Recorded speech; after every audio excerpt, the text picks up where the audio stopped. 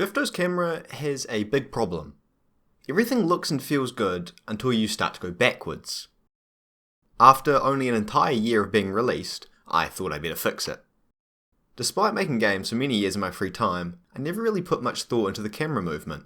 But really, it's so core to the experience of any game. I'm sure this is no surprise to anyone who's studied film or just pondered it, but as a software developer, it never provoked much thought. The current camera in Drifto moves to frame the car in the easiest way to control it. Being just a slider to turn, it feels most responsive when you're looking roughly at the back of the car. It feels like you're not just steering, but actually dragging the rear around. Up until now, this was done with the camera always pointing at some point in front of the car, and having its position smoothly follow another point just behind the car. This is perfect when you're travelling roughly in the direction the car is facing, but if not, it becomes a frustrating experience.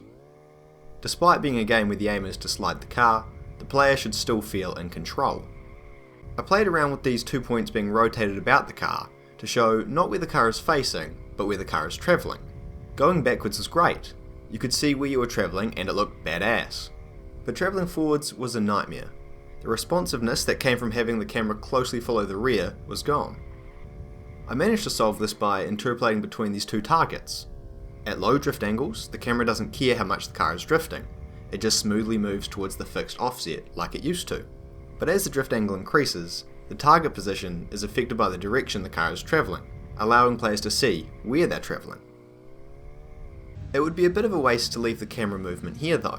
Particularly important for racing games is conveying speed, and the camera can be really effective for this. One of the obvious ways this is done is through field of view.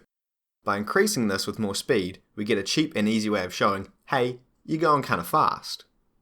This also makes the car look further from the camera, which does help with the sense of speed, but makes it far too hard to control. So the camera is moved closer to the car as the FOV is increased in Drifto. The other camera trick I've implemented is a classic of all genres, camera shake. Camera shake isn't actually as straightforward as you might think.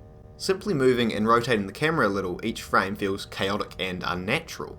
I fixed this by adding some small random change to the position and rotation each frame and having a constant force pushing them back to zero. It's not quite the natural movement of camera shake through purling noise, but I didn't know about that method at the time, so this will do. These changes are currently available in open beta testing right now, with the plan to release them within the month. As for right now, I've just pushed out a new update with a big chunk of new content. Microbike, a member of the Drifto Discord community, has put together 2 beautiful new stages and a handful of new cars, all available in Drifto right now. On top of this, Mystery is currently cooking up some new music for each of the new stages and for the revised Industrial stage.